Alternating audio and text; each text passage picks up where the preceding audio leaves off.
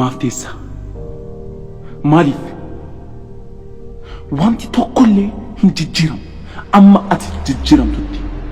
wanti tokkollee hin socho'u amma ati sochootutti maaf teessa eeyyeen sirriidha baay'ee yaaltee si milkaa'uu dideera eeyyeen yeroo baay'ee kufteetta sirriidha yeroo kophaa kee taatutti nama dhabdeetta garuu abdiin kutiin maaf abdii kutta kun jireenya kee dhabu waan tokko hubadhu jireenyi ni ulfaata eeyyeen garuu ni danda'a wanti si mudatu hundumtuu ni darba rakkoo si mudate keessatti obseen dabarsan waan jedhamu cirumaa of keessaa baasii gadi rakkoon yeroo si mudatu rakkoo koo irratti hojjedheen darba jechuu bari yeroo sanatti yeroo jireenyi sitti ulfaatee waan gootus wallaaltee kanaan booda abdiin hin jiru jettee murteessite sanatti yeroon ammaan booda garanitti goru wallaaleeraa taa'a jettee murteessite sanatti amaatii kee darbee yaadadhu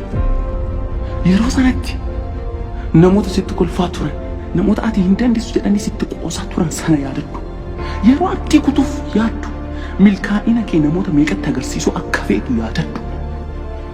maarree ka'i wantoota jireenya kee keessatti duubatti si hambisan cufi ofirraa TV ta'uu danda'a cufi ofirraa intarneetis ta'uu danda'a cufisas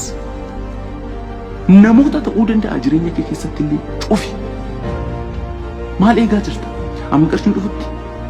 amma jireenya kee jijjiiramutti amma walitti dhufeenya namoota waliin qabdu jijjiiramutti eegaa jirta egaa waan tokko beeki wanti tokkollee hin jijjiiramu amma ati jijjiiramu wanti tokkollee hin socho'u amma ati socho'utti ka'i rakkoo kee irratti hojjedhu amma murteessi humna si keessa jiru baasii itti fayyadamu ganaa abar hin barfanne fuuldura kee milkaa'inni jira eeyyeen yeroo qabda maaf teessa ati eenyuun gadi maaf waan qabdu baaftee ittiin fayyadamtu maaf yeroo hubde yeroo hin gubiin ka'i deemi socho'i erga hojjechaa jirta ta'e kanallee dhaggeeffachuun qabu maaf teessa wanti tokkollee hin jijjiiramu jijjiirama eegaa jirta hin jijjiiramu amma jijjiiramu yeroo abdii kutuuf jettu sana kana yaadadhu sammuu itti beeku namoota sitti kolfaa turan sana ati yaadumaa jalqabdee malee hin dandeessu kan si jedhan sana yaadadhu isaanitti agarsiisi kanan dumaa maaf akka dhamaate yaadadhu